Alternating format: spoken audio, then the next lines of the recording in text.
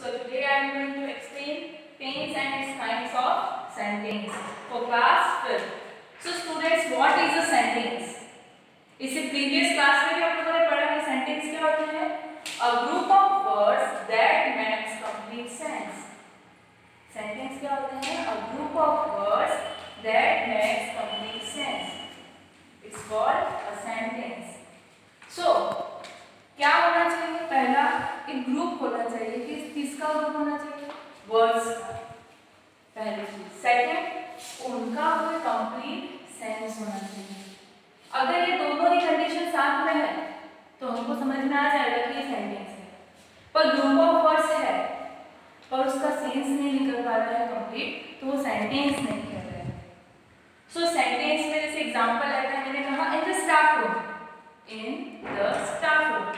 Here three words, but it doesn't make a complete sense. So ये sentence हुआ क्या? नहीं।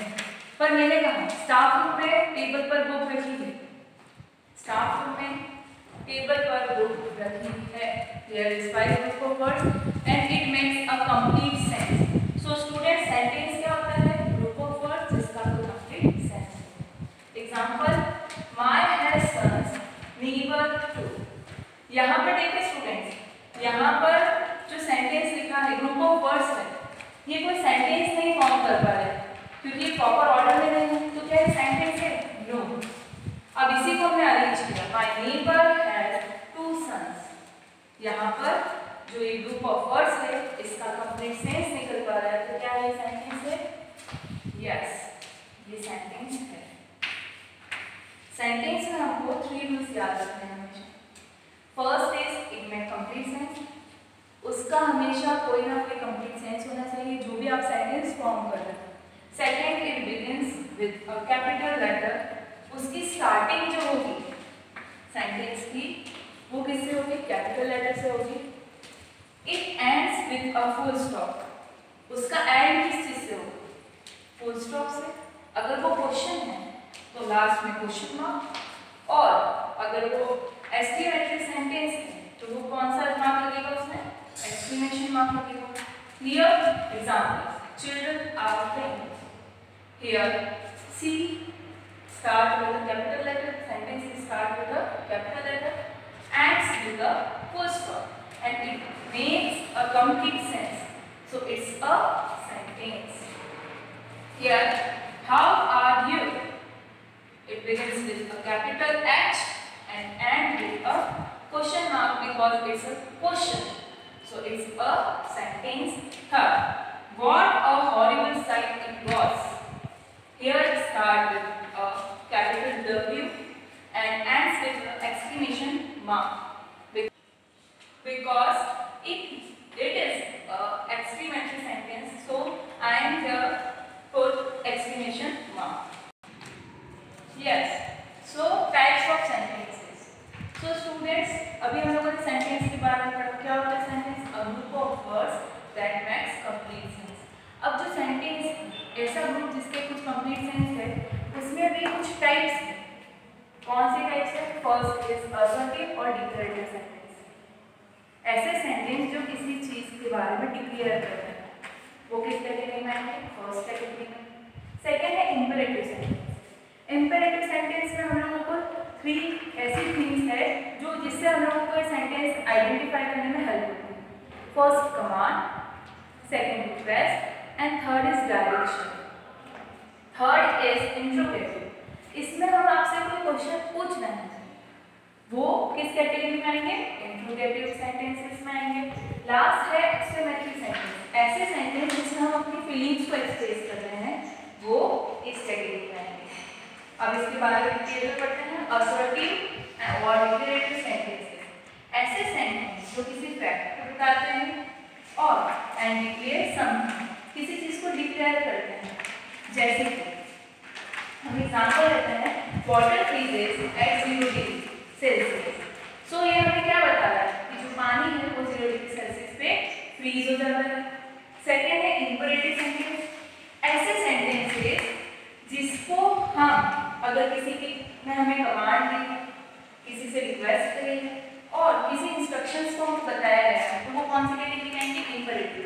जैसे कि मैंने आपको कमांड दी स्टैंड अप, अगर मैंने कहा स्टैंड अप तो ये क्या है, कमांड है मेरी, तो यहाँ पर इंपेरेटिव सेंटेंस रहेगा। Request, please open the door, please give me a glass of water. Request, मैंने आपको कहा please give me your book, यहाँ पर मैं आपसे रिक्वेस्ट कर रहा हूँ, तो ये कौन सी कैटेगरी का है, रिक्वेस्ट है, और कौन सी कैटेगरी है इसकी, इंपेरेटिव सेंटेंस, तो हम ऐसे आइडेंटिफाई करेंगे। अब इंस्ट्रक्शंस दिए मैंने, मैम ने दिए, प्रिंसिपल मैम ने हमारे कुछ इंस्ट्रक्शंस दिए हम लोगों को कि you have to come in school uniform, तो ये क्या है, इस कैटेगरी के सेंटेंस हो गए इंपेरेटिव। या फिर कोई डायरेक्शन आपको पता है, तो go to the principal ma'am office, go to the doctor, तो इसमें जब हमको कोई डायरेक्ट करता है, कोई बता रहा है कि आप कहाँ चले जाइए, तो ये किस कैटेगरी में होंगे, इंपेरेटिव सेंटेंस। तो हम लोग कैसे आइडेंटिफाई करेंगे, अगर हम सेंटेंस रीड कर रहे हैं और हमें लग रहा है कि कमांड है, रिक्वेस्ट है, या फिर कोई हमको इंस्ट्रक्शंस मिल रहे हैं, तो हम आइडेंटिफाई कर लेंगे कि ये इंपेरेटिव सेंटेंस है। Next interrogative sentence, ask questions, जिसमें क्वेश्चंस पूछे जाते हैं वो कौन सी कैटेगरी के होते हैं, सारे इंट्रोगेटिव। और इसमें स्टूडेंट्स ध्यान रखने वाली बात ये है कि ये क्वेश्चन है, इंट्रोगेटिव में हमेशा क्वेश्चंस आते हैं, तो लास्ट में हमेशा हम क्वेश्चन मार्क ऐड करते हैं। Is it clear? Exclamatory sentence, अब कुछ ऐसे सेंटेंस होते हैं जो हम हमारी फीलिंग्स को एक्सप्रेस करने के लिए यूज करते हैं, वो किस कैटेगरी में आएंगे, exclamatory sentence.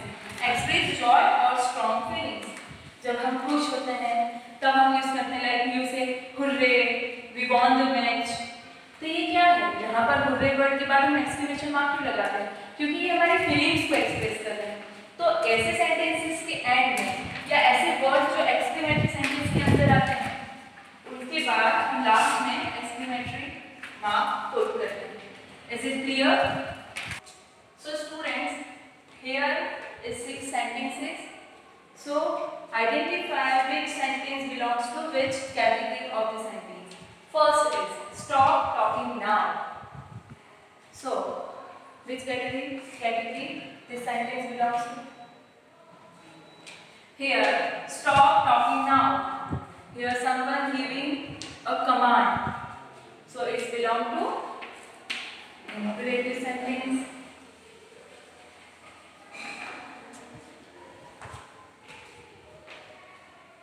Second, I am 10 years old. This sentence declares something, so it belongs to declarative sentence. Third is a rainbow has 7 colors. So here this sentence declares something, that a rainbow has 7 colors. So it also belongs to declarative or assertive sentence. Fourth is, are you awake? Here someone is asking a question, so it belongs to interrogative sentence. Fifth, please sit down. Here someone is requesting in front of you, because here please is a request word, so it belongs to imperative sentence. Sixth is, wow, that's a beautiful plant. Here using wow and a exclamatory mark, so it belongs to exclamatory sentence. So students, in your book page number 2, here are question number 1 and 2. Try to solve it at your home. In the other video, I will give you the solution and discuss about it. Okay? Yes. What is phrase? अभी हमने sentence के बारे में क्या कि sentence क्या होते हैं, ग्रुप ऑफ वर्ड्स होते हैं जिनका कोई कंप्लीट सेंस होता है।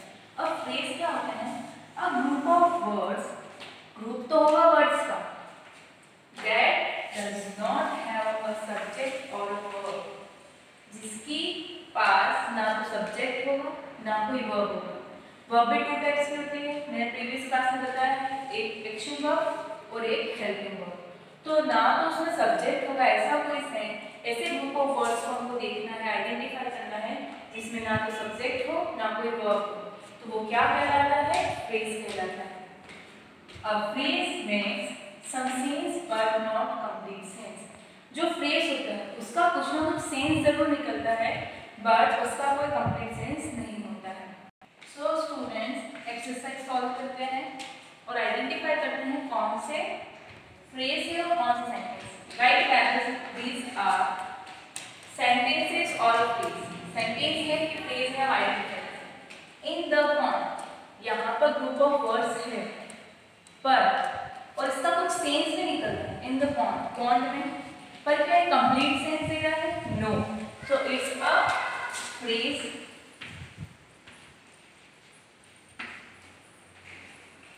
Your parents and teachers are your well wishers. यहाँ पर देखिए स्टूडेंट्स, सेंटेंस में हमने 3 रूल्स देखे थे। पहला कंप्लीट सेंस होना चाहिए। देखिए इस सेंटेंस में हमको कंप्लीट सेंस मिल रहा है। Second, it begins with a capital letter से स्टार्टिंग है and it ends with a full stop. So it's a sentence. ये क्या है? सेंटेंस है। Third, up and down. यहाँ पर थर्ड वाले में आप लोगों को ग्रुप ऑफ वर्ड्स दिखाई दे रहे हैं बट इसका कोई कंप्लीट सेंस नहीं क्योंकि ये क्या है? फ्रेज है। And fourth, he is my best friend. यहाँ पर कंप्लीट सेंस भी है। इसकी स्टार्टिंग देखिए आप कैपिटल लेटर से है और एंड में फुल स्टॉप भी है, तो ये क्या हो जाएगा हमारा? सेंटेंस।